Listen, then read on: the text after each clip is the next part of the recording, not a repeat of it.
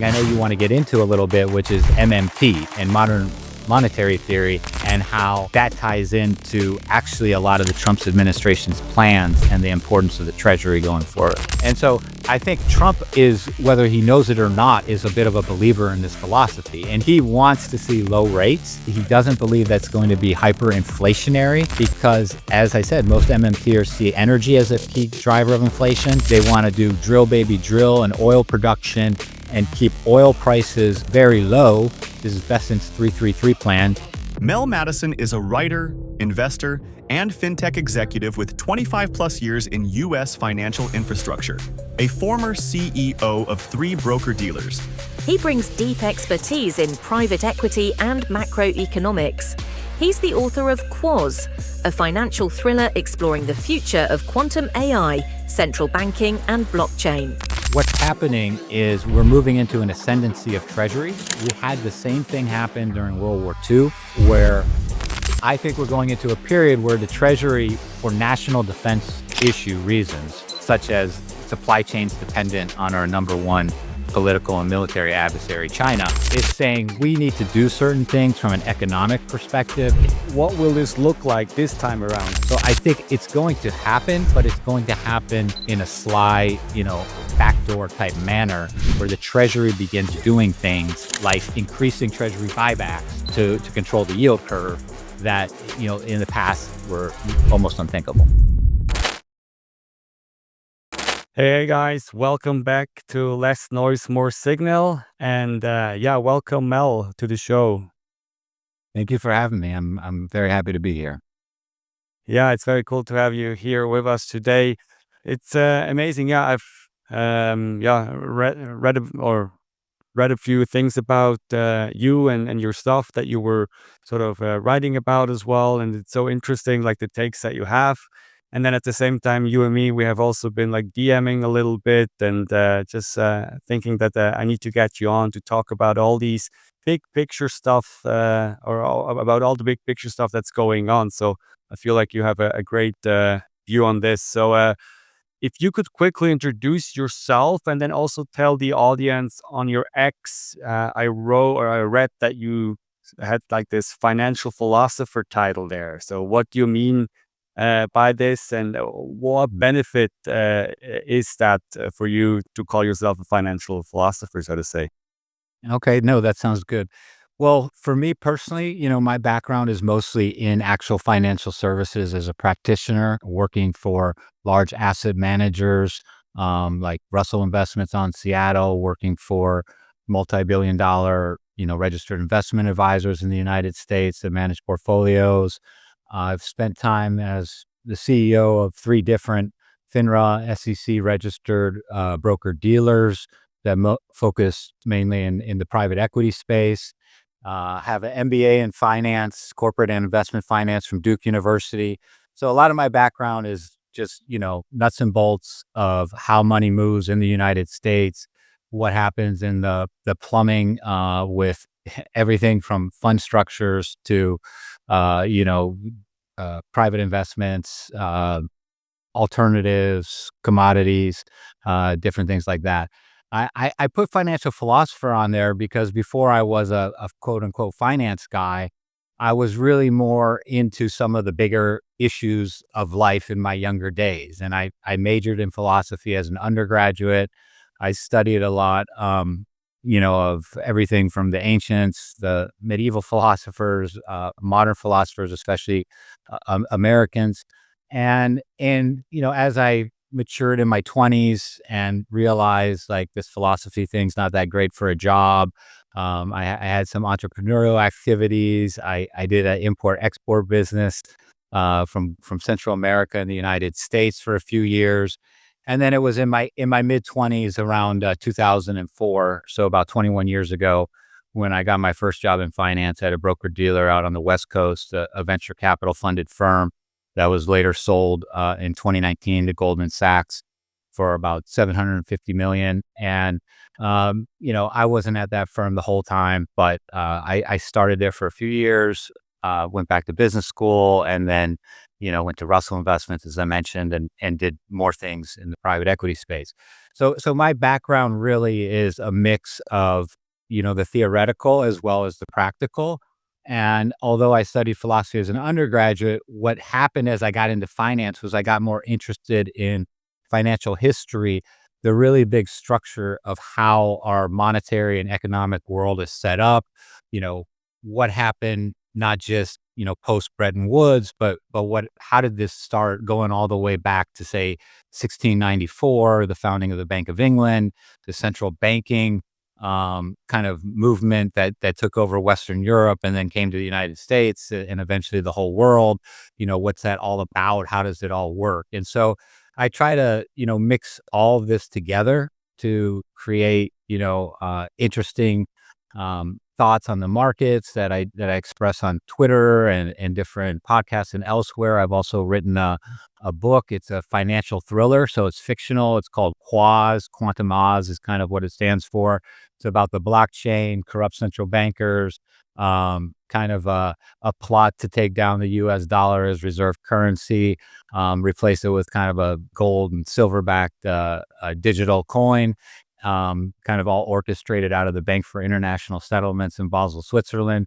So even though it's fictional, it has certain aspects to it that ring true, and it also I tried to put little vignettes in there to help kind of educate the reader in an entertaining way about, gold revaluations in the U.S. in the 30s, or why the debt crisis, in the United States and more broadly globally is so severe, and what's happening with it. And all of that really ties in to the market situation that everybody is facing today. So a lot of these topics are things I've been studying for years and really started digging deep into around COVID time about 5 years ago.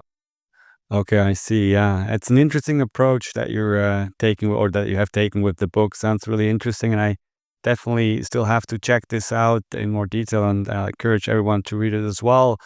But I mean, yeah, from what I can tell, we've had sort of a similar journey, so to say. Even though I think you're a little older and obviously more experienced than me, I guess. But it's really this. I also studied philosophy back in university, and always found this to be really interesting. But then I figured out that it's hard to make a living as a philosopher, and nowadays I'm also in finance. But maybe just one more question on this. Why do you think is philosophy so important to understand finance, or how does it help you then also in a practical way as a person who's dealing with finance, because a lot of people would argue this is all just about practice and you have to kind of juggle numbers and then you're going to be good. But I guess bringing in philosophy does help, right?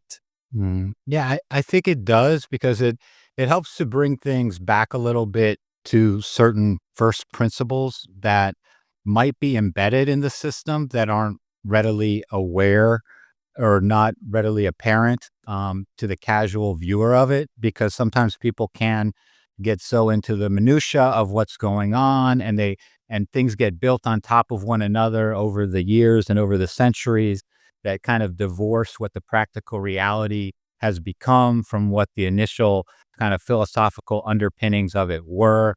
And so I think having that understanding of what that broad kind of first principle foundation is, where it has strayed from it, and then trying to extrapolate from that where things could possibly go, it has been helpful. Now, that being said, I think first and foremost, I mentioned I focused a little bit on the American philosophers.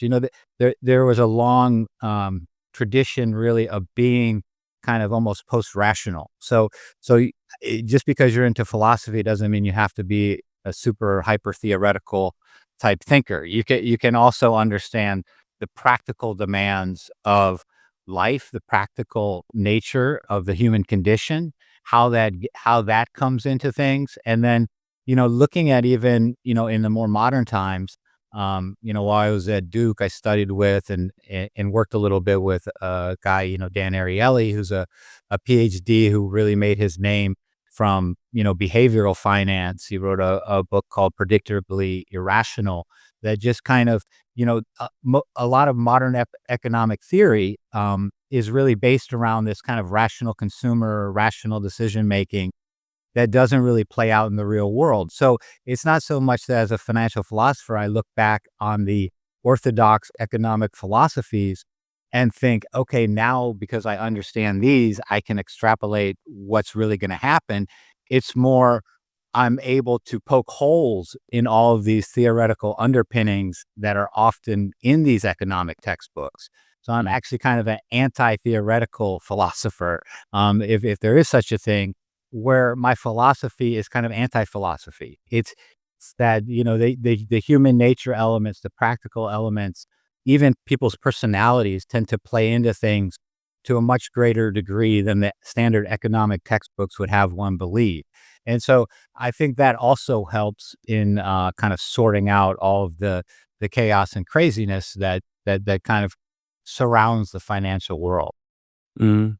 Yeah, that makes a lot of sense. I mean, to me, it's always been like the philosopher is really like if you look at conventional philosopher, most of them are kind of far-fetched from what's happening in the world. As you said, they're really theoretical, and in the end, they end up analyzing stuff in the world, and it doesn't sort of, yeah, correspond to how the world is actually working. And then sometimes in finance, people are ending up the same way, but not because they're approaching it from a theoretical viewpoint, but more from a really practitioner viewpoint. And all they care about is like the incentives and like, okay, like pragmatism, so to say, And then in the end, nobody really cares about what's actually going on and then trying to understand the world in and of itself. And if you can sort of commingle these two things together, I think that's certainly a very interesting approach.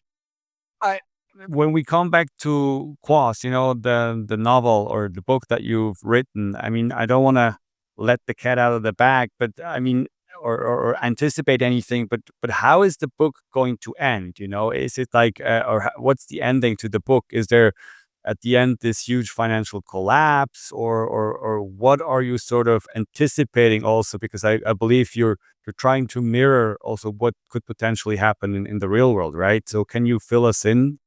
Yeah, sure. So this isn't exactly how it plays out in Quaz, although there are similarities to it. But I can say that what kind of prompted me to go down that path was really kind of a deeper study of the entire U.S. balance sheet, fiscal condition, especially looking at entitlements, the way they're structured, what the laws are, how these things have to be paid for, whether you're talking about in the United States, Social Security, Medicare, or Medicaid, which is our health insurance for those that are unable to get it. Because of maybe an illness or poverty or whatever. Medicare is for the elderly, and then Social Security is also, for those in retirement. So these benefits, I think most of your viewers are well aware, and what's owed from them. If you look at, like, say, a net present value of what is the liability, it dwarfs the actual, debt of the United States. So the outstanding debt around 36, 37 trillion and growing. That's the actual like bonds and notes and bills that the U.S. has produced that are outstanding, whether with the public or intergovernmental. A large chunk of that, a couple trillion of that is, for example, Social Security Trust Fund. So the United States has printed $2 trillion worth of special Treasury bonds. These are a type of bond that's not available to the general public, that are held in the Social Security Trust Fund. And the Social Security Trust Fund is something that has been growing since the 1980s. There was a major reform put in by Reagan. Prior to that, the payroll tax for Social Security was very low, like in the 1-2% range. It basically was completely underfunded. And in the 80s, the amount taken out of people's paychecks was dramatically raised. We also had a growing workforce with the baby boomers, they're beginning their peak earning years.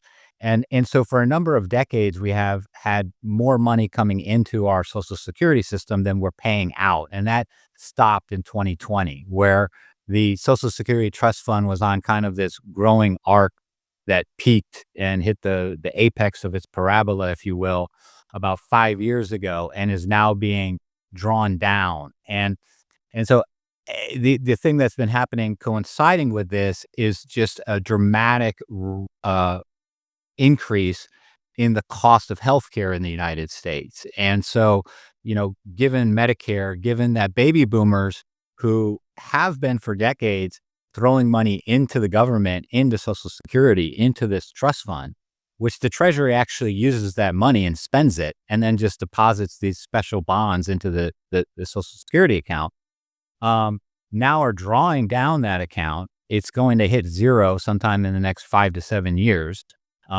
And then the payout on the Medicare side has just skyrocketed. And so if you look at a chart of, say, U.S. expenditures, and you go back, say, 10 or 15 years, you'll see that basically all U.S. expenditures have basically been rising at roughly the same rate that they've been rising for decades, with the exception of these entitlement expenditures. And the entitlement expenditures have just dwarfed our budget.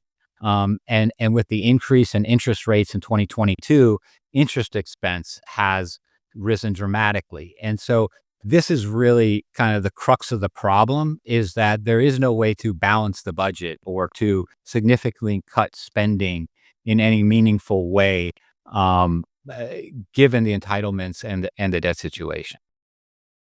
This show is brought to you by NewHedge. In a market driven by complexity, insight is everything. NewHedge is a dedicated Bitcoin analytics and intelligence platform delivering cutting-edge analysis, on-chain metrics, and real-time market data. With 200 plus proprietary indicators, live derivatives data, and adoption metrics, NewHedge provides the depth and precision that serious market participants demand. Backed by some of Bitcoin's most prolific investors, NewHedge connects traditional finance with Bitcoin's evolving landscape. Gain your data edge today. Sign up for free now at newhedge.io and get 50% off your advanced subscription with the code SIGNAL. Okay, I see. But maybe just help me understand, like, the asset side of this social security fund. Like, is it an actual fund in the sense of that you said something about they're investing in a special type of bond by the US government. So, and I guess that bond is paying sort of interest, right, to the social security fund. But is it more a pay as you go system, or is it like sort of investing in other types of assets as well? And where does the income actually come from, and why is it? Obviously, I understand the liability side is growing with a lot of more people demanding, and Medicare costs and everything exploding, but couldn't it be that the asset side sort of keeps on being on par with the liability side, or what am I not getting here? Can you maybe GSOs. So, the CBO, the Congressional Budget Office, does kind of detailed projections, and given, demographics, you can be fairly predictable about workforce sizes and, extrapolate out at the current rates, right? So Social Security could be stabilized by either cutting in benefits or a increase in the payroll tax, which is what they did in the 80s. Medicare is a little bit more difficult because of the massive increases in healthcare, and it's not the shortfall there is much greater, and it's just growing. Now, as you asked about, couldn't it just balance out? Well, as I said, at this point, no. Unless you really dramatically change the rates of the benefits, it won't balance out. What's happened is we've hit that arc, and it's just slowly going to, and it's not really that slow, because it took us decades to build up to like 2.3 trillion in this Social Security Trust Fund. And it's going to basically take us 10 years to draw the whole thing down. And it's not invested in anything. The money that had come in basically went into the Treasury, and the Treasury immediately spent it. And so it was something that reduced the amount of debt that the Treasury had to issue to the public. And once you take that away, then now in order to say meet the shortfall. Once this trust fund runs out, the immediate shortfall is going to be around 25 to 30% of total Social Security expenditures. So the amount of payroll taxes coming in, they'll cover 70, 75% of the Social Security benefits going out. But you have this, and it happens, immediately. Like one day, the Social Security Trust Fund is paying it out, and the government isn't on the hook for anything. And then just one day in the future, which the CBO predicts is somewhere around 2032, 2033. I think it's going to be sooner than that. That's why I say like 6 years or something. Um, that basically this trust fund's going to go empty, and then all of a sudden that shortfall needs to either be made up by the Treasury itself with new debt issued into the market, or rates need to be significantly raised ahead of this happening, which there's not a lot of political will to do that. There's no political will to cut benefits. And so we have all of these issues floating around, on top of the fact that after COVID, we got into this habit of massive deficit spending to kind of juice the economy, and has fueled almost all of the growth in the economy since COVID. That makes it so that if you had like a recession around the time that Social Security run out, and you would need to run probably a 15, 20% deficit just to keep GDP flat. And so what I've been predicting and talking about is that if this issue is not addressed, then I do believe we're heading for a financial calamity of sorts near the end of this decade. But I think it's going to be addressed. Whether successfully or not is yet to be seen. Yes, very, very interesting, because that was going to be my next question, because there's probably going to be this point in time where things are yeah, gonna turn sour, so to say, but then the question really is, like, is this time now where all the crash profits will be right, and saying, okay, the system will finally collapse, and now if this social security fund is actually running out of money, this is actually the point in time where this is happening? Or, as you alluded to yourself, isn't there the possibility that the Treasury will just find another way, to shore up some money, maybe go into debt even more, or I don't know, increase payroll taxes or whatever? Like, it's just going to be another screw that they're going to work on to make it work? Or how do you think about this? Yeah. So I would say 2, 3 years ago, my thought process was that there's no political will to address this. It's not top of mind. We're going to continue business as usual, kicking the can down the road. And then there'll be a moment when Congress needs to act decisively. They'll struggle to do that, because some of this needs to be done in law. Like, for example, Social Security, the Treasury can't just start paying out benefits. The way Social Security laws are written, it needs to be a pay-as-you-go system. It needs to be paid for by a specific payroll tax to pay for it. And I thought that if that is what happens, then we will eventually, because things will need to be changed so quickly and so drastically if we don't address it years in advance of this moment, that there will be a collapse. I think that what we're seeing now is the beginning of addressing it, and we have 5 to 6 years to address it. And so that I do believe a complete collapse and depression and these types of things can be avoided. I think that the whole situation we're having right now with around tariffs, it's all because of this issue, which is a deeper issue, which goes back to Bretton Woods, which goes back to the Triffin dilemma, which goes back to the need for the United States to issue copious amounts of debt to supply the world with the dollars that it needs. That all of this is part and parcel of the same story, the same narrative.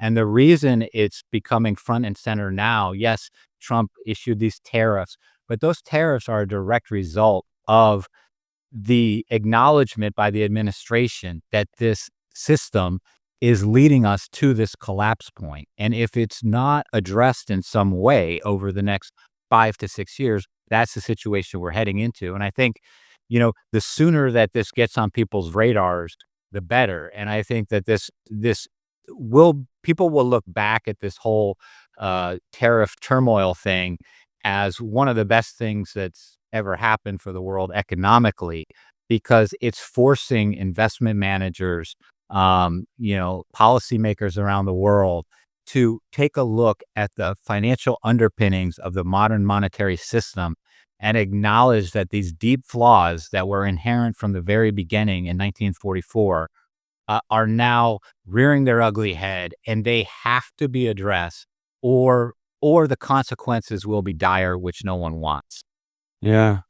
I want to carve out some of the connections that you were just alluding to, but maybe starting with this, it's an interesting thought, that you're saying, okay, everything that's happening right now is really can be tied to the problem that you just described, with the Social Security fund, and that this is going to run out of money. But then my question is, I mean, is that also the thing that, like, if Trump and Lutnick and all these people, when they're referring to the sustainable path that the US is on, is that what they're actually meaning, when they talk about this? And then if so, why don't they? Because in that regard, I've never really heard the argument mentioned that you just made with the Social Security fund, running out of money. Why don't they link these two things together? Or are they, and I'm just never hearing it? Or yeah, how do you make sense of this? Well, I think, just speaking broadly, Social Security part of it, but it's also the Medicaid. If you look at Medicaid, which is paid out through our what we call our Health and Human Services Department. I mean, I think a lot of people would be surprised to know that the largest budget of all the departments in the United States government, Treasury, Defense, transportation, all these departments, the largest department's budget is Health and Human Services, which is uh, a magnitude order greater than, say, Defense or Treasury, where interest expense is paid. I forgot if it's two something or around three. It's just a massive amount. I think it's $2 trillion basically, whereas Defense is $1 trillion. Net interest expense is around $1 trillion. It's going to be more than that this year, but basically, that department, Health and Human Services, it's called Human Services, but the original name was Welfare. So it was changed in the 70s, from Health and Welfare and Education. Education got its own department and it became Health and Human Services. So by far, most of government tax revenues in this country basically are going to the welfare department. And this is something the United States has never had before, right? A massive welfare state. And so this situation, for the policymakers to start to talk about, this is the problem. It's very politically fraught to start saying, oh, well, the issue is Social Security, Medicare, entitlements, Medicaid.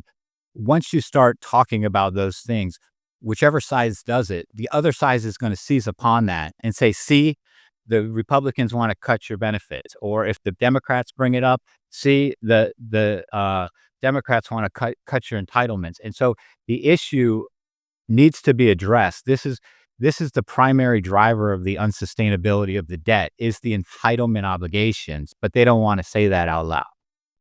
Yeah, but that's so interesting because, like, when I listen to these guys, what I usually hear, and me being from Europe, they make the argument like, okay, we've been the financial policemen, or like the policemen of the world. We're the financial center of the world. We're subsidizing everything so far, for free trade to have worked as it has, and you guys in Europe and other places have just blown up your welfare state, on our cost, so to say.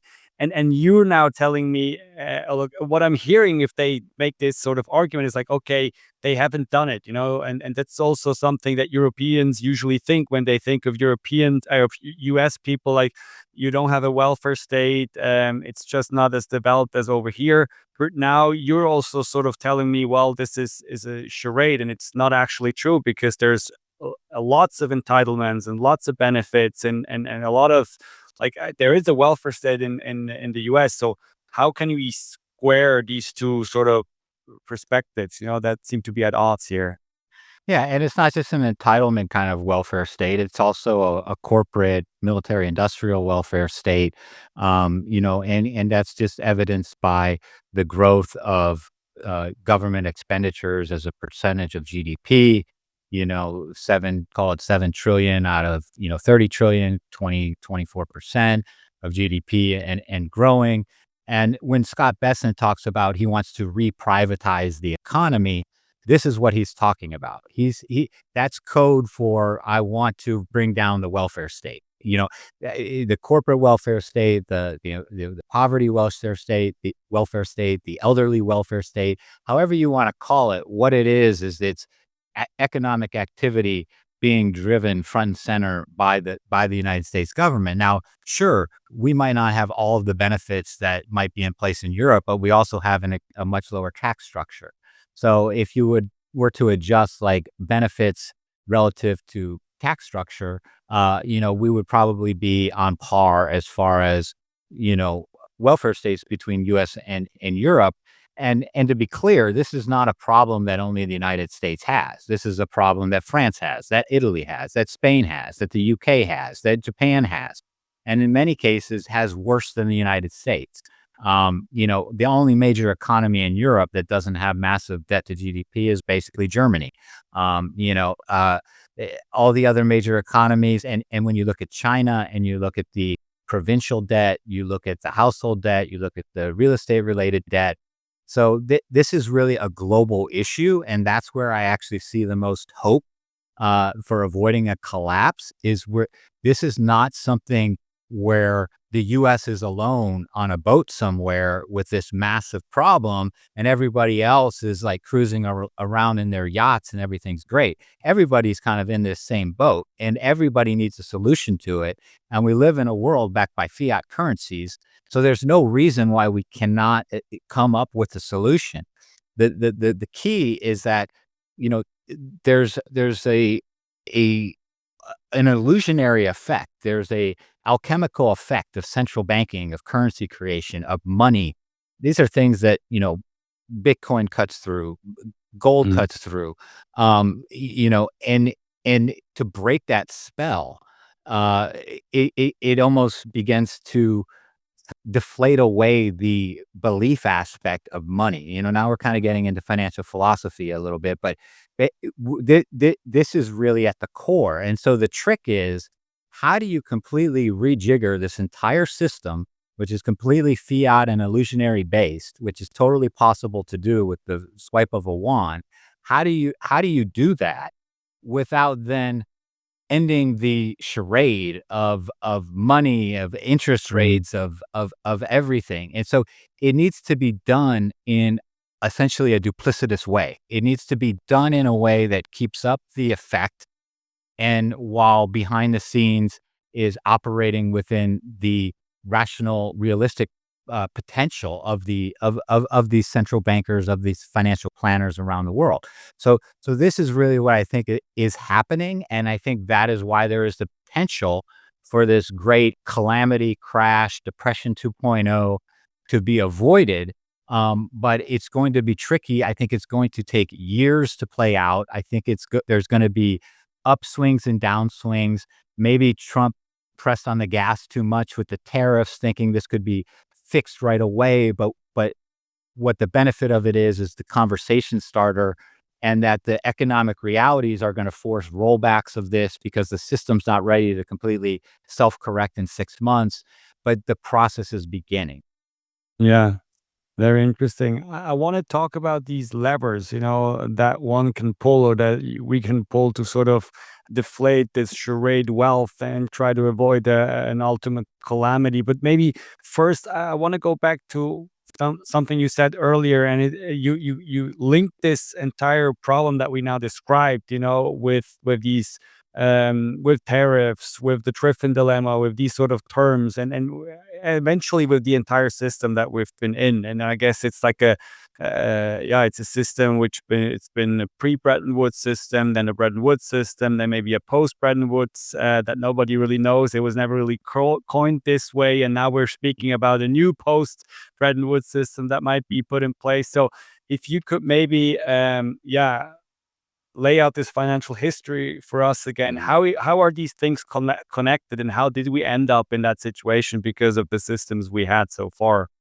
Yeah. Well, And for people that really want to know about Bretton Woods, I'd recommend a book called The Battle for Bretton Woods. But it was a fascinating time, but I think it's only half of the story. I think if you focus on what was put in place at Bretton Woods, you're missing a big chunk of it. So at Bretton Woods, obviously what happened is the United States pretty much had huge amounts of the world's gold supply because it was relatively untouched by World War II, while the rest of the developed world was relatively destroyed. And so the system that was put into place then, most people are aware of it. It's not a gold standard. It was what's called a gold exchange standard, where the U.S. was theoretically backed by $35 an ounce gold. Central banks then had their currencies pegged to the dollar. Eventually, the IMF was put into place at Bretton Woods to use different exchange rate mechanisms to make sure that uh, currencies weren't getting overly manipulated to the weekend to support exports, and so on. So there's a lot of history there. Um, what happened really was at that time, John Maynard Keynes, who was the main British representative, he pointed out that if you have one nation's currency as the base reserve currency, that currency is then needed for international transactions everywhere. The world will be starved for that currency. The way that currency essentially gets created is through debt. And so what will need to occur is that the United States will need to issue copious amounts of debt and run huge trade surpluses in order to export dollars. And that's exactly what played out. And very quickly, the system began to collapse almost immediately. So it wasn't really finalized and put into place until the late 50s, early 60s. United States at one point, I think, had over 15,000 metric tons of gold. Within a few years, we were down to 8,000 metric tons. So like half of our gold stack was taken away. The Arabs wanted gold for oil. At one point, France was sending warships to New York Harbor wanting to turn in dollars and collect gold. And Nixon realized, okay, this cannot go on. Much as Trump is realizing the system that we have now cannot go on. And what Nixon did is he just said, okay, we're off of gold, live with it, deal with it. And a lot of people said, oh my God, this is the end. There's nothing backing the dollar. Everything's going to collapse. And certainly there was volatility. There was inflation. Gold went up in price 25x from $35 an ounce to over $800 an ounce in like a 10-year period. There was recession in the United States. We had to really convince the Arabs to continue to sell us oil for paper treasuries instead of plane loads of gold bars that we had been sending over there. At one point, it was either Nixon or Carter or somebody had the Department of Defense draw up invasion plans for Saudi Arabia to go into the Middle East and take over oil fields. There was a point where this was legitimately considered as a potential if the Arabs did not accept treasuries. Eventually, they did accept treasuries, and the system kind of smoothed out, and it worked okay, for a few more decades. And now here we are at this point, another untenable situation. And I think we're probably going to see similar type of effects where gold, and now that Bitcoin exists, Bitcoin, kind of skyrocket in value over the coming years, much more than equity markets, real estate, and essentially any other financial class. Just as gold did, during this 10-year period. And so this is kind of the situation that we're in. But I said Bretton Woods was half of the story. The other half really occurs after Bretton Woods, because during Bretton Woods, the U.S. representative there was a guy named Harry Dexter White, who was a Soviet agent. I mean, he was basically a communist. Eventually, when all of this, he was going to be the head of the IMF until Truman found out that he was a communist. And a Soviet agent. And then Truman said, okay, I'm not going to make you the head of the IMF because, I don't want to disrupt FBI investigations that were finding all of these communists throughout the Treasury Department, the State Department. The United States government was truly infiltrated with them. Eventually, this got taken to absurdity with Senator McCarthy and all the Red trials and the Red hearings in Congress. But there was a massive communist influence because a lot of people wanted to be communist. I mean, it had not been proven that socialism, communism didn't work. The Soviet Union seemed to be doing all right.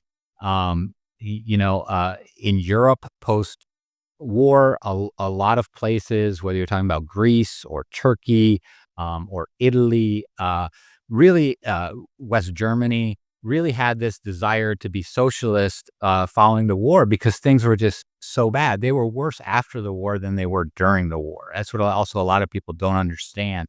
1946 was a lot worse of a year for Europe than 1944 or 1943.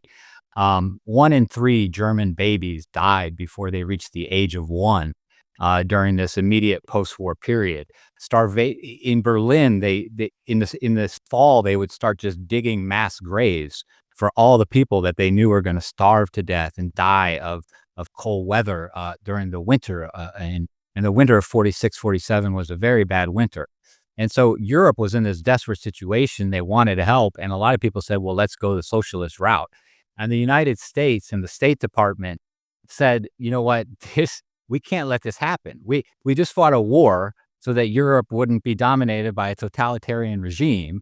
And if we don't do something to stop it, Europe is going to be dominated by a totalitarian regime. It's just going to be the Soviets instead of the Germans."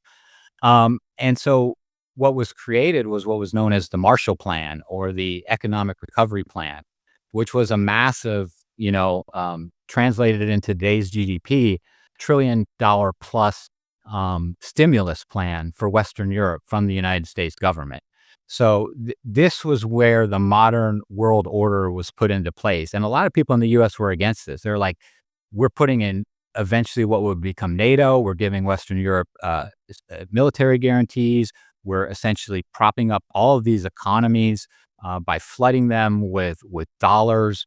The US gave credits to West Germany with no intention of West Germany ever paying it back. The only reason they did that was then they told everybody else, like France and England, if you want any reparations from Germany for World War II, we have to get paid our credits first. And you have to basically forestall getting any payments because we're not going to repeat Versailles and World War I. But in exchange, we're going to give you these Marshall Plan billions and billions of dollars. And at the time, it was billions and billions of dollars. But if you translated it today, so this plan, and I'll pause in a second, but it's important for people to understand this was planned. It was called the Frankfurt Reich, where Americans were like, we're creating a new Reich based in Frankfurt because the United States was like, we need to industrialize Western Europe. The best place to do that is Germany. Despite the destruction of World War II, only 18% of German industrial production plants and machinery was destroyed. So 82% was still there from the Third Reich.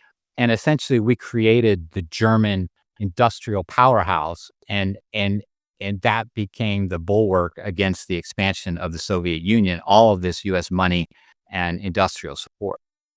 Mhm.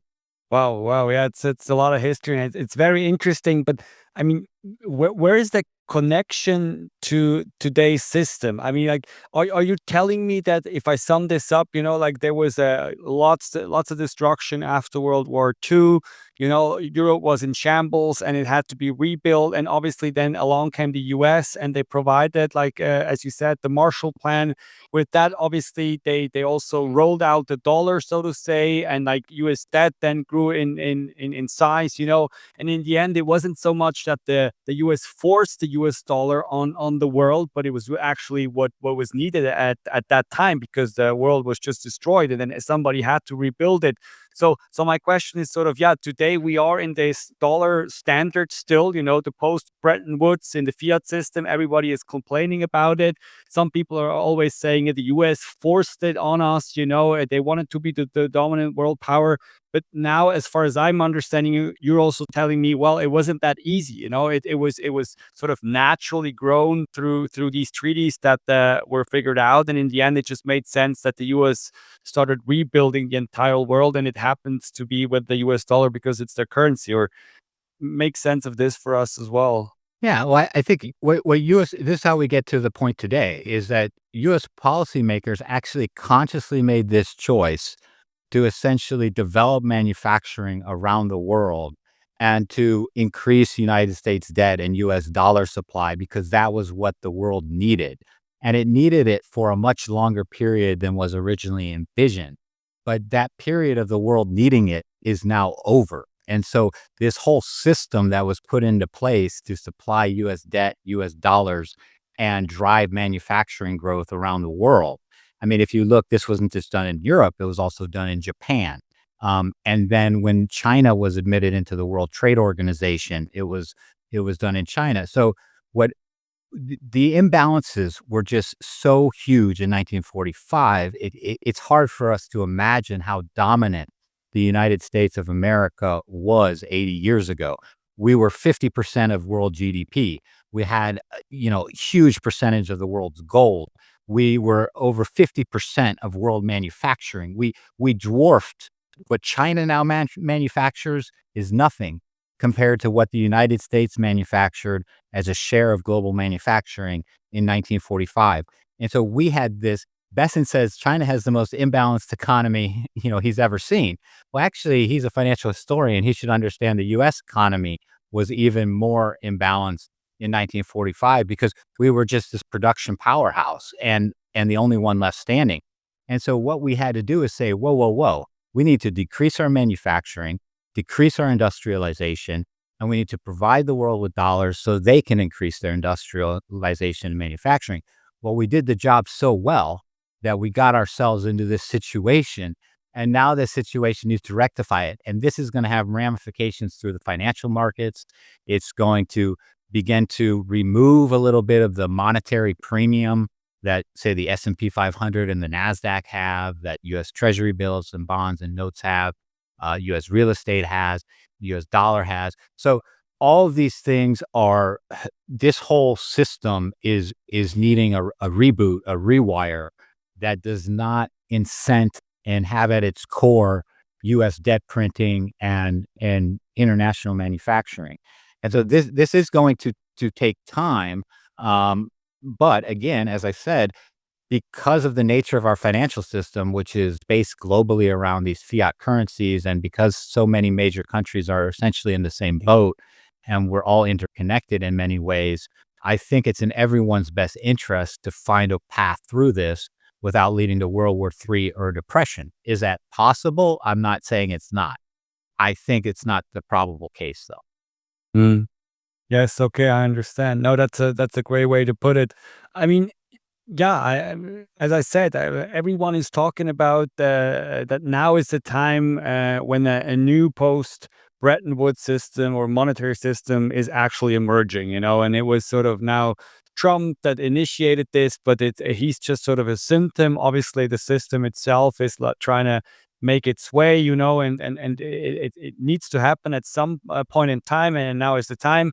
And now my question is also, yeah, I see all the arguments, but then at the same time, I feel like this will have huge repercussions, right? And you alluded to them already. And so my question would also be, there's a lot of talk about the global capital restructuring, that seems to be happening. It started with the Russian-Ukraine war, it was really in the eyes of everyone, where the Russians were not able to retrieve their sort of were gotten frozen, with their treasuries, and so they want to now diversify out of this. And now we've seen it again with Trump and everything. And so some people are already asking the question, well, is the US running the risk of going the way Japan went after the 1980s, where the stock market finally peaked in real terms and then went to a decades-long bear market? Because as I understand it, if this sort of trade deficit and then capital surplus as the US has to balance each other out, if they go down with the trade deficit,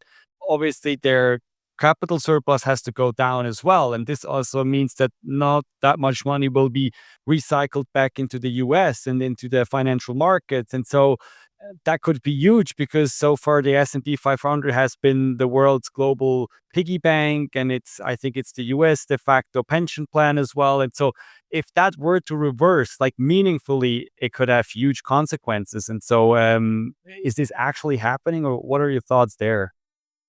Yeah, so I don't think that, the Japan connection is really a good corollary because of very, very significant differences. Um, Japan, obviously, much smaller economy relative to the United States as a percentage of world GDP, not the world's superpower, vitally important. Japan basically needs to import energy. The United States produces more oil and natural gas than anybody, including Russia or Saudi Arabia. We're the world's largest energy producer. So these are very fundamental differences from Japan. And then the other thing is that the Japan bubble was just absolutely ridiculous. Like there were parks in Tokyo that were valued at more than the entire value of all of California real estate. Like literally the it was like a tulip bubble type of a situation. It was like the Nasdaq.com bubble on steroids. It wasn't, Nvidia at 30 times forward PE, which is, you can argue a bubble, but it's nothing like what this was. So what I think is ultimately, the end state is something that's more realistic relative to, say, global GDP. So let's say the United States is running around 20% of global GDP. And then it also has kind of a special place because of its military and energy dominance. That probably a reserve bank around the world, a central bank around the world might want, given that state of the world, to hold 35% of its reserves in, say, US dollar denominated assets, which would be like 20% of GDP plus a 10% premium for United States special status. Well, currently, if you factor in gold, the US dollar is less than 50% of reserves. If you look at IMF charts of, USD as a percent of foreign exchange reserves at central banks, it's like used to be in the 70s and now it's like 55%. But they've also been adding in gold. And in those IMF charts, they don't include gold in those charts. They're just looking at foreign currencies like the Swiss franc or the euro or the yen.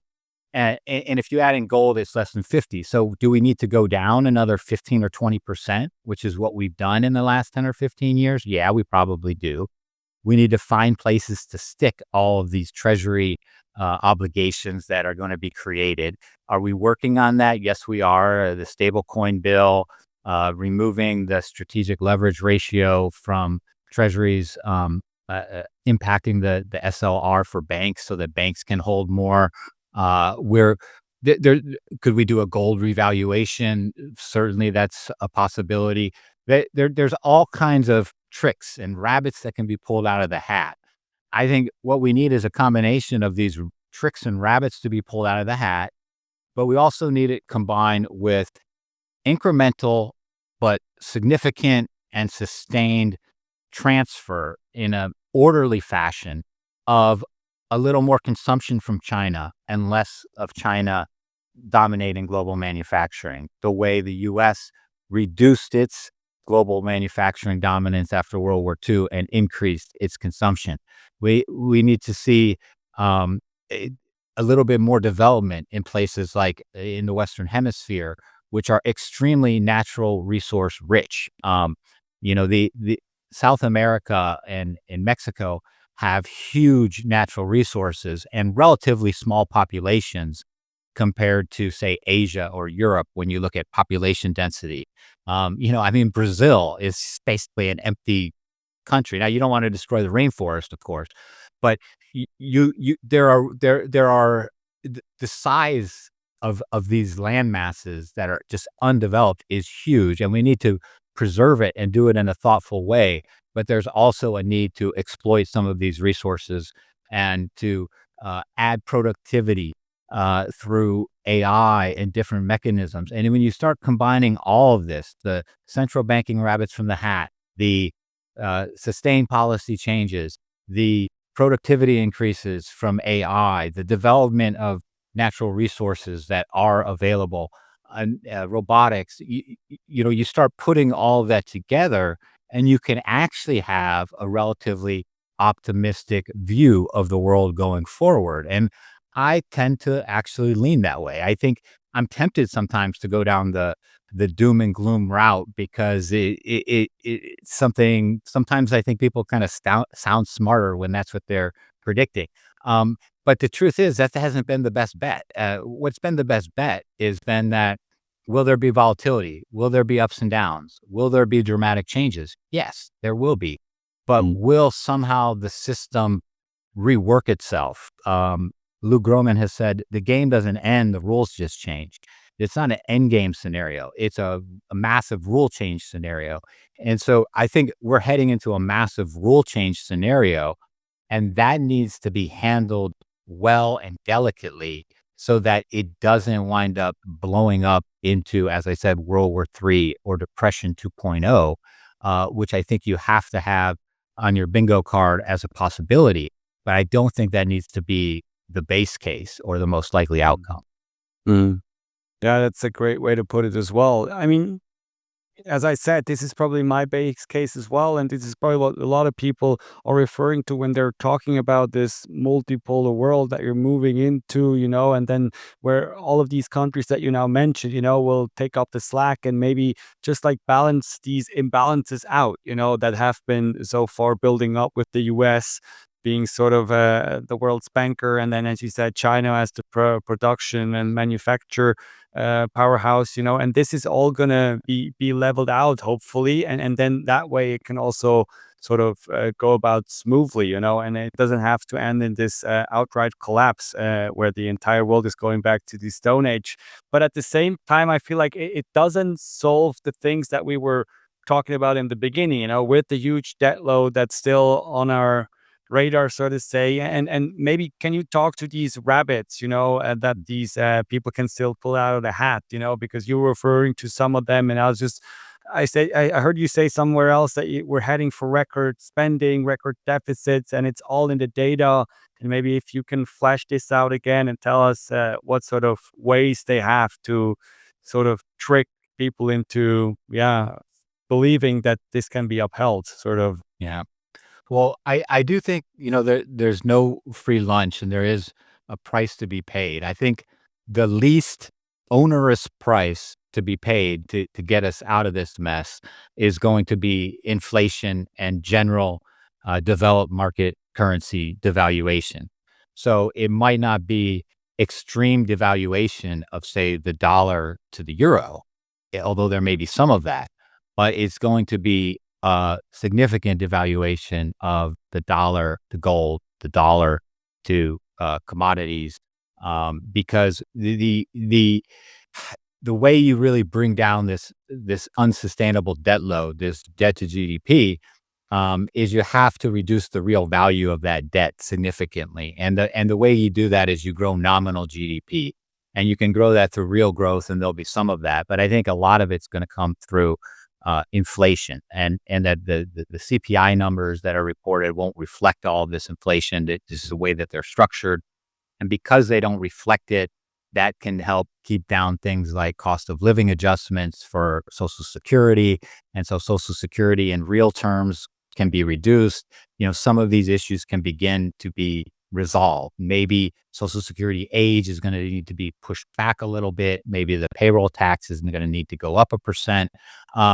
And with Medicare, I think that the problem is the health costs, and I think there'll be losers, right? I think healthcare and pharma are going to be pushed relentlessly, no matter who's in the White House or who's in Congress. Like these massive profits, like you're manufacturing these little pills that cost you 2 cents to make, and you're selling them for $2,000. We want you to stay in business and keep innovating and coming up with drugs for sure. But we're going to go bankrupt if we keep paying the prices you're demanding. So, you're going to need to do something, and we're the government. And so whether you like it or not, we're going to have negotiated drug prices. We're going to, I think we need to really develop a much larger healthcare worker base in the United States. Like we need programs for nurses, for people who do elder care, for physicians assistants, so that we can we need maybe to reduce all of the regulations and licensing that it takes to become these people, or create different levels, so that you don't need to be an RN, but you can a registered nurse, but you can do some things that a nurse does. And so I think these are parts of the practical solutions that need to begin to be put into place, and these things need to begin soon. But then there's those monetary rabbits in the hat. So like you said, I talked about a couple of those, the SLR, the submarine leverage ratio, the proliferation of stable coins, so that they can essentially absorb bill issuance of the United States Treasury, um, a gold revaluation. I think the Federal Reserve should keep, rates lower for a longer period of time, especially given the amount of debt that the U.S. is financing through the short end through bills. So right now, a 1-month T-bill yields 4.3%. That needs to come down, and we need lower rates. And this is related to something I know you want to get into a little bit, which is MMT and modern monetary theory, and how that ties into actually a lot of the Trump's administration's plans and the importance of the Treasury going forward. Yes, exactly. I wanna get into this as well, but just maybe one last other term that just comes to mind when you talk about these ways of absorbing this money printing through the bank balance sheet is like it's probably financial repression, right? That's sort of the overarching term that comes to mind here. And then maybe if you have do you have any more thoughts on how this is sort of linked also to stuff that you mentioned already, the SQR, or then also the supplementary leverage ratio, exactly SLR it is exactly, and how is it linked to like Basel 3 and Basel 4 that's also being talked about? So if you have any thoughts there, that would be great. So like because financial repression is something a lot of people have heard about, but usually it's sort of gibberish and they don't know how to make sense of it. Yes. Well, I think when you look at, Basel III Endgame and these Basel Accords, so, a lot of this comes out of Basel. This is the home since 1930 of the um, Bank for International Settlements, which is the central bank for central banks. Uh, this is where the euro was born. So before, the ECB was set up in Frankfurt, the Eurozone had offices in Basel. Putting this all together, which was part of the Marshall Plan. By the way, France did not want anything to do with being in a euro. It was kind of like, the U.S. is like, you're going to go into this and do a eurozone, or else. A lot of people don't understand that. Trump likes to say the eurozone was created to screw Americans. The eurozone was created by the United States to essentially create a better market to be stronger in the face of the Soviet Union, and it was the precursors to it, like the foundational groundwork for it was laid through this State Department plan of the United States to create one European Union. So this was really, going back to the historical ties of it all. This is something that has been in the works for a long time. Now, when you get to Basel III, where is that important? So this was kind of this European banking center in Basel, Bank for International Settlements. The central bankers from around the world, the bank regulators from around the world get together there, and they try to come up with capital rules for the banks that are fair and that can be applied globally, so that you don't have like a bank in Germany doing one thing that a bank in the United States can't do, and then it becomes a lot more risky. Or sorry, so what really happened after the financial crisis was they started jacking up, capital requirements and capital restrictions on banks, where they had to be much less leveraged, much less risk, much as VAR, value at risk, the stress tests, all of that. And there were some very stringent capital requirements that were initially proposed in this Basel III endgame. And the Federal Reserve basically came out and said no, like it was submitted for comment. The bank said this, and so they're going back to the drawing table with this, and this is part of the deregulation. This is part of why financials have done so well in the last, say, 6 or 7 months relative to other sectors. Is that the concern is that by these stringent rules being put in place, what the markets are doing is they're just finding other ways to do it outside of the banking structure, like the emergence of private credit. And so you're not really restricting activity, you're just taking it out of our jurisdiction as regulators, and you're putting it there. What we need to do is we need to control it, supervise it, watch it. And so we need to lower the high standards that we thought we needed to put in. And so this is going to open up bank balance sheets to to lend. This is going to increase private sector lending from the banks themselves. The fact that the supplementary leverage ratio, normally you hold you need to have these certain ratios. Treasuries, if you held those, then you would have, let's say you reverse repo them or whatever you do to take them off of your balance sheet, they can affect the ratio that's needed to be required. Basically, what this is saying is if you hold treasuries, it has a zero impact on your supplementary leverage ratio. And so you can essentially have more capital free for other activities. So gold was made a tier one asset as well on par with treasuries. So this is part of freeing up bank balance sheets.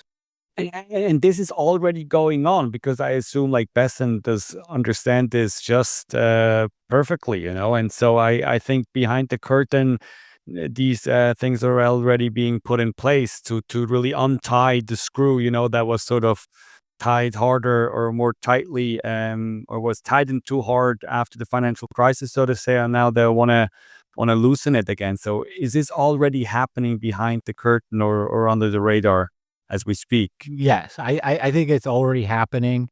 I think that the market is pricing it in. This original discussion about the SLR, which has been more front and center in the last few months, was something that was started over a year ago. There was the letter, International Securities Derivatives Association, or swaps and derivatives. I forget what ISDA stands for, but they wrote a letter to the FDIC, to the Federal Reserve, to the OCC, the Office of the Comptroller of the Currency, basically the banking regulators here in the United States, talking about the need to do this. We had the bank term lending facility, in Silicon Valley had its issues.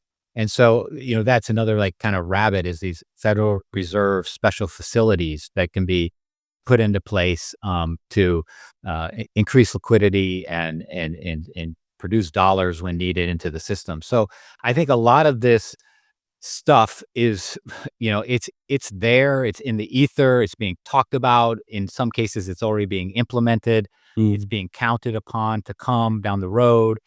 And these are the things that are going to, attempt to weave our way through it. But as I said, there'll be losers. I talked about healthcare and pharma. I think there'll be relative winners where I think resource-rich emerging market economies, if they don't have massive political difficulties like Venezuela has, could do very well in the next 10 years in a way similar to how they did great in the 2000s when the U.S. stock market didn't do that great. So I do think that U.S. stock market outperformance kind of hit a peak, and that doesn't mean the U.S. stock market's collapsing or it's going to go down or do horribly. I think this inflationary aspect is going to increase earnings. It's not going to be a lot of real earnings growth, but the stocks are priced in nominal terms. They're not priced in real terms. And so the SPX, the S&P can go up, earnings can go up, even while margins go down, even while real growth is relatively flat or not that stellar, through this inflation, which I think, is going to come, although it might not show up in a CPI number. We might see a CPI print 2 years from now that's 3.5%, but the reality is it's closer to 5. And people will say, "Oh, we've got high inflation. At 3.5, we're is 1.5% above target. We'll really be at 5%." And you get 5-6 years of 4, 5, 6% inflation, and you deflate the real value of that $37 trillion in debt by 35-40%. Yeah, that's well explained. I mean, that's from what I've studied, the financial system and how everything works. That's really the greatest sleight of hand that governments can really pull is, this indirect and more and more direct monetization of U.S. treasuries and government debt, altogether, whether it be through the central bank directly or then, as you now also explained, through bank balance sheets, like commercial bank balance sheets. But I mean, in the end, the more this happens, the more we're moving closer to something like MMT, this term that you already brought up. And I want to move to this topic as a last sort of discussion point, and MMT, just for people who don't know, I mean, in the end, it's obviously modern monetary theory. It's not that modern. Again, if you study history, you know that this been talked about back in Austria and Germany, I think in the 19th century. But basically, it's really the idea that a government is monetarily sovereign and that they can just print their money. In the end, like in a perfect world, they wouldn't even have to issue debt anymore because it's just like they could create the money. But obviously, we're not in that world yet, but we're sort of like with all the levers that are being pulled, we're moving into that direction. And so I've heard this theory already by some people that Trump is also quite accelerating, the move to MMT. Like he's actually the most MMT like president the US has had in a while. And so I'm not sure if you have any comments on this, and if you agree, but yeah, to me, it feels like with firing Jerome Powell that he's discussed, abolishing the debt ceiling, a US president setting rates, all these things that he's been talking about have some MMT angles to it. So I'm not sure you have any thoughts there. Yeah, I mean, I think it's fascinating way to think about it. And, a lot of people will set up a dichotomy between, say, an Austrian monetary school and a MMT school. And a lot of people will say, well, you see all the money printing that occurred during COVID, and therefore that proves the Austrian school is correct and MMT is a bunch of nonsense. I'm not an MMTer. I'm not a hardcore Austrian guy. I think there are valid points to both theories. And you see that borne out in the data and the evidence. So I think there's no question that there was so much money globally created during the pandemic that massive increase in the money supply created, inflation, especially in financial assets like the stock market, real estate, Bitcoin, gold. So there are constraints. Maybe a MMT purist might be like, there's really no constraint on money printing. I think that there is in the real world. Now, just for people that aren't aware of MMT and what it is, I'm not an MMT, PhD expert in it, but broad strokes, the MMTers basically look at economics and monetary theory and say that this was all based around a time when money was tied to gold, which was a physically constrained asset, and that there was something called the risk-free rate that you could really derive, which was, what is that rate? Let's say, in the central banking parlance, the R square, the neutral rate, that would affect risk-free rates. That there is a neutral rate where someone would either prefer to just hold gold or invest in the economy, because the value of the gold would go up and at a certain point because of inflationary aspects. And if the interest rates were raised, then, that would tamp down economic activity, that would reduce the inflation. And so the value of the gold wouldn't go up as much, and you could slow down the economy by increasing rates. You could speed up the economy by lowering rates. And all of this was tied to gold. And what MMTers basically say is, no, it's different now. Essentially what is really producing inflation in a weird way is higher interest rates. So to an MMTer, when you essentially get the government paying out 4.3% on cash, that's the government basically sending out $1 trillion in stimulus every year, right? If rates were zero, the U.S. government would be sending out and we did everything in bills. And to take an extreme example and set the interest rate at zero, the government would have zero interest expense. That would reduce government expenditures by over $1 trillion. That would essentially reduce GDP. That would reduce fiscal stimulus. And essentially you would slow down the economy by lowering rates. And when we increased rates, we started juicing the economy, because there's this flawed economic thinking that people that are receiving this interest are savers, and they're not going to consume, and they're not going to take that money and go out into the economy and drive prices and so on. And so that's a very simplified version. I'd suggest doing a full-length podcast or book on it for people that wanted to really get into it in a more detailed way by someone more expert than me. But essentially, the theory goes that you're not really creating as much inflation by low rates as people would think. And they'll a lot of times they'll look at, say, energy prices, and they'll point to the pandemic and they'll say, yes, some of that inflation was monetary, but a lot of it was we went from literally $0 for a barrel of crude. I think at one point it was negative to $122 per barrel of crude. And so it was like energy, oil shock, literally a massive increase from negative to 100 and some dollars a barrel after the Ukraine invasion, combined with supply chain disruptions created by the pandemic, combined with really weird spending patterns where people had saved up a bunch of money during COVID and gotten stimulus checks, and now they wanted to all of a sudden like redo their house. So everybody's buying goods, and then they all of a sudden wanted to flood into experiences and travel. And that was actually the main cause of a lot of the inflation was the energy, the COVID effects, the supply chain, and that the monetary side impacted it, but not to the extent. And so that there is a level of kind of money printing that we can get away with, which we saw happen post GFC, where the Federal Reserve went from like an $800 billion balance sheet to a multi-trillion dollar balance sheet. And yet we had very low inflation. And actually the concern post GFC was we're in a deflationary world. And a lot of economists and MMTers look back and they say we should have done more post GFC, more money printing in order to have a better economic recovery. And so I think Trump is, whether he knows it or not, is a bit of a believer in this philosophy. And he wants to see low rates. He doesn't believe that's going to be hyperinflationary because, as I said, most MMTers see energy as a key driver of inflation. They want to do drill, baby, drill and oil production and keep oil prices very low. This is Besant's 3-3-3 plan, 3% debt to GDP, 3% real growth, 3 million barrels of oil or oil equivalents added per year to U.S. production. And that if we can increase energy production and make coal and natural gas and liquefied natural gas and oil and just create really cheap energy, because it all goes back to energy. Bitcoin goes back to energy. Gold goes back to energy. Everything goes back to energy.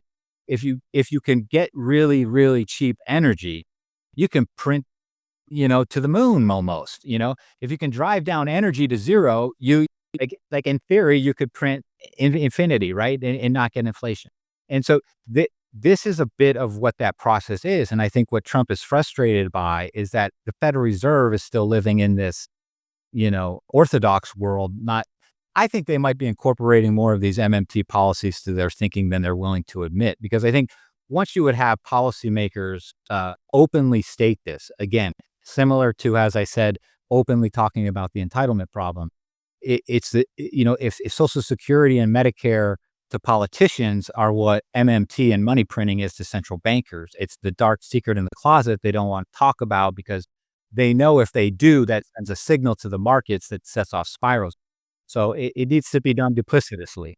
Yeah, that's true. And that's, I think, what many people don't like about Trump, that he's like so openly talking about firing Jerome Powell, or like even back in December, there was this talk about abolishing the debt ceiling, and he's actually making statements that he's going to pull this off, and so my question to you would be, do you think it's all just rhetoric here, or is he actually trying to pull anything of this off, and at some point he might be firing Jerome Powell, or like doing away with the debt ceiling, or is this just not taken I seriously? think in one form or another, Trump needs it. If Kamala Harris was elected, she would have needed it.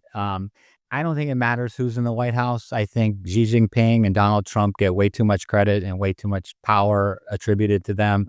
I think a lot of these macro forces are decades in the creation. They're on a path. Look, Biden didn't go into the White House and remove all tariffs on China, right? He kept them. I think he even raised some of them. And so I think there's a lot more politicization to this than actually exists. I think a lot of this is just this needs to happen. Like the U.S. needs to do some form of deflation of the real value of the debt, an increase in money printing. Like this needs to happen, and then to stop inflation from going out of control, you need some sort of yield curve distortions, financial repressions, in order to kind of Katie bar the door from the train falling off the track. Mm. One other thing that I heard you say is that you believe that the executive branch is also going to take away some of the monetary levers from the Fed, being able to incorporate the money printing into the Treasury Department activity like directly. And can you explain this in more detail? Because this also sounds to me like an strategy an MMT like person would endorse. Yeah. Well, I mean, in the United States, there's always been this. To me, the two most consequential cabinet secretaries are State and Treasury. And there are periods of time where Secretary of State is much more important than Secretary of Treasury, periods of time when Treasury is much more important than State. And, our first Treasury Secretary was Alexander Hamilton, our first, Secretary of State, John Adams. And so I think what's happening is we're moving into an ascendancy of Treasury. We had the same thing happen during World War II, where Henry Morgenthau was a very close friend of Franklin Delano Roosevelt. In Treasury was where Harry Dexter White lived, the author of Bretton Woods system, because the economic is very much more tied to defense and military aspects than people realize. Besson said this himself in an interview. He did an interview on Fox News just after getting into Treasury, and one of the things he said he did not appreciate fully was the defense and political aspects of the Treasury Department. And so I think during World War II, Treasury essentially took over the Fed. They demanded that the 10-year was at 2.5, the short end was at 3/8, and that the Fed buy as many bonds as necessary to keep rates at that level. They also did financial repression. They did price and wage limitations. And that's why inflation really skyrocketed after World War II, because those the financial repression measures were taken off. And then eventually they returned independence to the Fed in 1951 with what's known as the Fed Treasury Accord. I think we're going into a period where the Treasury, for national defense issue reasons, such as supply chains dependent on our number one political and military adversary, China, is saying we need to do certain things from an economic perspective. It's a national security issue, and that, pardon the pun, that trumps the Federal Reserve independence issue. Now, if you openly do it, then it causes market disruptions and a lot of problems. So I think it's going to happen, but it's going to happen in a sly, backdoor type manner where the Treasury begins doing things like increasing Treasury buybacks to control the yield curve that in the past were almost unthinkable. Mm. Yeah, because I was going to ask that, what will this look like this time around? If like the Treasury takes on these monetary levers and takes them away from the Fed, so to say. I mean, you just mentioned Treasury buybacks. I mean, is that where the sovereign wealth fund might be coming in as well that Besson has been fantasizing about, or what else is there? Like, how could that take shape and form? Sort of. Yeah. I think so. Treasury buybacks typically were small amounts done to buy like a weird issuance, like a 10-year bond that had very low trading activity and liquidity and a weird interest rate. And so traders didn't like to trade it. And the Treasury would go into the market and buy it back. Besson referenced these buybacks as a tool in the toolkit to contain the bond market, which is not their purpose, but he basically opened the door. And we're getting a quarterly refunding announcement, I believe, later this week. We're recording this on the 28th of April. It's the 30th of April, I think. And I'm going to be looking at that quarterly refunding announcement very carefully. They also produce minutes where they'll talk about, what they discussed about Treasury buybacks. The minutes probably won't say everything that they really discussed, but they'll be in there. And so that's one example. I think there's going to be some creative ways around the sovereign wealth fund to try to monetize that. I think there was, during the Biden administration, there was a new proposal to allow the government-sponsored entities here in the United States, Fannie Mae and Freddie Mac, that guarantee home mortgages to begin to guarantee second mortgages, so that Americans that have equity in their homes could go and take out a second mortgage and get cash.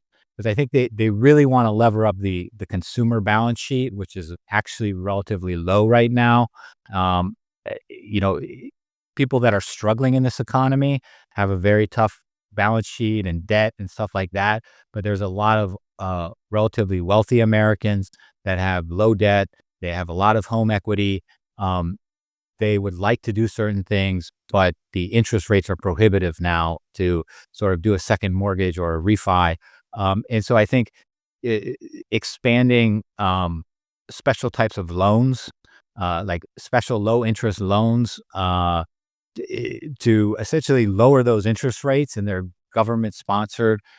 These are all the types of things that could potentially even be put onto the sovereign wealth balance sheet, so that they don't need to then go on to the Fed doesn't have to do the buying of these mortgage backs, which it hasn't wanted to do. So ways to do these things, are infinite. It's just a matter of the creativity and the ability to roll them out in such a way that, as I said, is not so overly shocking to the market that it creates massive dislocations and disruptions. And so it needs to be done, I won't say covertly, but it needs to be done in these, like the priests, like we talked about, the alchemical nature of it, where it really is kind of backdoor QE, or it really is backdoor yield curve control, but it's not openly called that, but that's essentially the functional impact of. Hmm. Yeah, very, very interesting. I mean, I want to bring this to a close, but still, it's just so interesting. So I have to ask this one more question. I mean, in terms of what you just described, will this also just help the US then shore up its position as such, and maybe also strengthen the dollar again? I guess that's probably what's behind all of this, what they're trying to do with this in the end. Just say, okay, here, we have all these assets. It's on our sovereign wealth fund. It's on our sovereign balance sheet. And potentially they could even back the dollar with this, quote unquote. And it's not going to be a real backing, as some people think, like it's going to be Bitcoin backed or whatever, gold backed, but it's backed by shares in the sovereign wealth fund, but they're probably only redeemable in, I don't know, 100 years or whatever. And so you're putting it out into the future. And is this also something that you could think about, that they are trying to maybe marry these two worlds, like the old world, where stuff was actually backed by real assets, but they don't want to go back full circle to this because they would also put a leash on themselves. But at the same time, like, okay, we see the value of all of this, so we have to kind of incorporate it, but just in a, yeah, so as you said, covertly way, or not half baked way, so to say. So any thoughts on this as well? Yeah, I think that's exactly where this ends up, where there's going to be a more real world practical backing that influences the dynamics of global trade. You're seeing, for example, BRICS nations they don't want to put in a new currency. Vladimir Putin, after the recent BRICS conference in Kazan last October, he said, we have no intention of creating a BRICS currency. We don't want a BRICS currency. What we want to do is figure out a way to do international trade where it's not dependent on the dollar and US treasuries. And that could be yuan going to China or going to Russia for oil, Russia keeping some of that yuan in the Russian central bank. And then, Russian importers use that to buy goods from China. And then if China is, sending more money to Russia than Russia needs in yuan, Russia can take some of that yuan and go to the Shanghai Gold Exchange or some of these different places and use yuan to buy gold and take gold back to its central bank. And so gold begins playing a more key central banking monetary role. Bitcoin could be part of that solution as well. I don't think it needs to be an either or, where, silver hasn't been a part of this in a long time. It was like the 1890s when the US went off of silver as a bimetallic standard. There are other devices beyond gold. I think right now in central bankers' eyes, the major device for this is gold. But in the future, they could see benefits to maybe diversifying not just gold, but adding Bitcoin or adding silver. Um, so I think that this type of a system will evolve and it will become more kind of self-regulated. But when you look at the dollar per se, as I said, it goes down tremendously against kind of these real assets. But relative to other currencies, like China is pegged to the dollar, right? China doesn't want the yuan to get too strong. So it is incentivized if the US dollar weakens to keep the yuan weak. Similar situation for the Eurozone. They're not going to want the euro to go to 175 to the dollar in an export economy like Europe. Okay, that's great for maybe Europe buying oil from the US or liquefied natural gas, but from the export side of things, what are they going to need all that oil for if they're not able to sell exports? So I think that all of this will begin to balance out in such a way that the dollar could go down to the 80s, the DXY, not a collapse, not anywhere that we haven't seen in the last, 15 or 20 years, but it could decrease relative to other currencies over time. But a lot of these other currencies, because they're in similar boats, because they all want to devalue the real value of their debts, their currencies are going to weaken as well. Mm. Yeah, and because they all want to devalue their currency in the end, I feel like in the grand scheme of things, like even though at the highest level now with the US, it's being talked about to really go back to a hard backing, to distill sort of or instill sort of trust again into these currencies. I feel like in the grand scheme of things, this is just sort of empty talk in the end, and the link between like the real backing and the currency is just going to be weak and not that meaningful because as we were talking about during this 1.5 hour now, I mean, they won't be able to go back to this old system where you have sort of the real backing and you put a leash around your neck and really put on the shackles as a government because in the end that would just not work because that would really take away their monetary sovereignty and in that way they just do it in a clandestinely, and people won't figure it out and only a few maybe, and they will then sort of flock to these other assets because they know it's all a mirage or a charade in the end. So that's probably the end game, so to say, right? Yeah, I think it is. And I think, people are starting to figure it out because it has been happening. Like I said, central bank balance sheets getting diversified away from US treasuries, adding more gold. We've seen the price of gold go up tremendously.